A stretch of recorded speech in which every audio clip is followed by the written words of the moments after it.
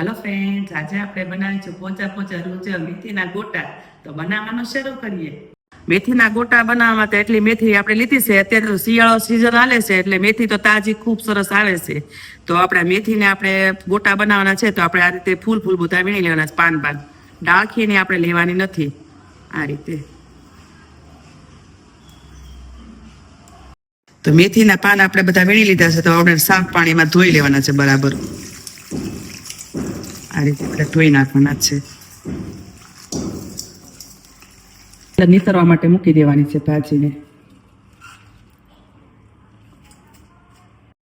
તો ભાજી આપણે પણ પાણીમાં ધોઈથી તો નીતરી ગઈ છે. તો આપણે ઝીણી ઝીણી એને કટ કરી લેવાની છે આ રીતે.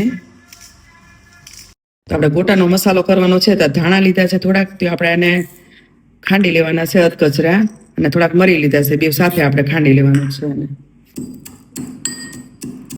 મેથીના ગોટા બનાવવા માટે મેં 2 વાટકા જેટલો ચણાનો લોટ લીધો છે. આ મેં પહેલેથી જ ચાળેલો છે. તો આપણે આમાં એડ કરી દઈશું તપેલીમાં. જે આપણે ધાણા અને મરી ખાંડેલા હતા એ આપણે આમાં એડ કરી દઈશું. સ્વાદ પ્રમાણે મીઠું, થોડુંક આદું ખાંડેલું નાખ્યું છે આમાં. અડધી ચમચી હિંગ નાખવાની છે. તો આપણે જે ચણાનો લોટ આપણને ખાવામાં સહેલો પડે. અડધો વાટકો ધાણા કટ કરીને લીધેલા છે. 1 વાટકો ભરીને મોળા મરચાં લીધેલા છે કટ કરીને આપણે, અને અમુક મરચું એકાદું મેં તીખું નાખ્યું છે આમાં. તો બધું બરાબર થઈ રહેશે. અને આ રીતે એડ કરી દઈશું. અડધી ચમચી ખાંડ, જે આપણે મેથી ધોઈને કટ કરેલી હતી એ આપણે એડ કરી દઈશું. તો હવે આ બધું આપણે થોડું થોડું પાણી નાખીને આપણે બધું મિક્સ કરી લેવાનું છે. એક બેનની કમેન્ટ હતી કે તમે મેથીના ગોટા બનાવો. તો મને એમ થયું કે મેથીના ગોટા આપણે બનાવી નાખીએ. ઘણી કમેન્ટ આવેલી છે, પણ જેમ મને ટાઈમ મળતો છે એ રીતે હું એને એક વિડીયો અપલોડ કરતી જઈશ. ઢોસા પણ બનાવવાની કમેન્ટ આવી છે, અને સેન્ડવિચ બનાવવાની કમેન્ટ આવી છે. પણ ધીમે ધીમે મને સમય મળતો જાય એ રીતે હું વિડીયો અપલોડ કરતી જઈશ. તો આ રીતનું બેટર બનાવવાનું છે, જેથી આ રીતે આપણે એક સરખા ગોટા પડી શકે. તો હવે આપણામાં સિક્રેટ વસ્તુ 2 નાખવાની છે. તો એમાં થોડોક આપણે ખાવાનો સોડા નાખવાનો છે, કે જ્યાંથી આ ગોટા આપણા એકદમ જાળીદાર ને પોચા રૂચા બને. અડધા લીંબુનો રસ નાખવાનો છે એમાં. તો આ બધું એક સરસ આપણે બહુ સરસ મિશ્રણ બની જશે. અને 1 ચમચી જેટલું ગરમ તેલ નાખવાનું છે આમાં. બધું બરાબર મિક્સ કરી લેવાનું છે આ રીતે. તો આ તેલ મેં પહેલેથી ગરમ કરવા મૂક્યું હતું. તો તેલ આપણું ગરમ થઈ ગયું છે. તો આપણે એના મેથીના ગોટા પાડવાના છે આ રીતે.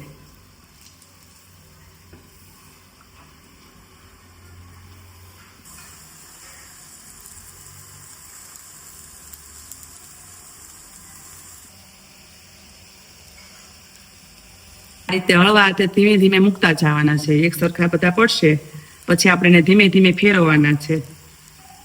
અને ધીરે ધીરે આ રીતે પલટાવતા જવાના છે. અને ધીમે ગેસે ને તળવાના છે. તો અંદરનો ભાગ બધો હોય ને એ બધો આપણો તળાઈ જાય. તમે ફાસ્ટ ગેસે તળશો તો બહારથી ક્રિસ્પી થઈ જશે ને અંદરથી પાછા કાચા રહી જશે. એટલે આ રીતે ધીમા તાપે એને તળાવા દેવાના છે.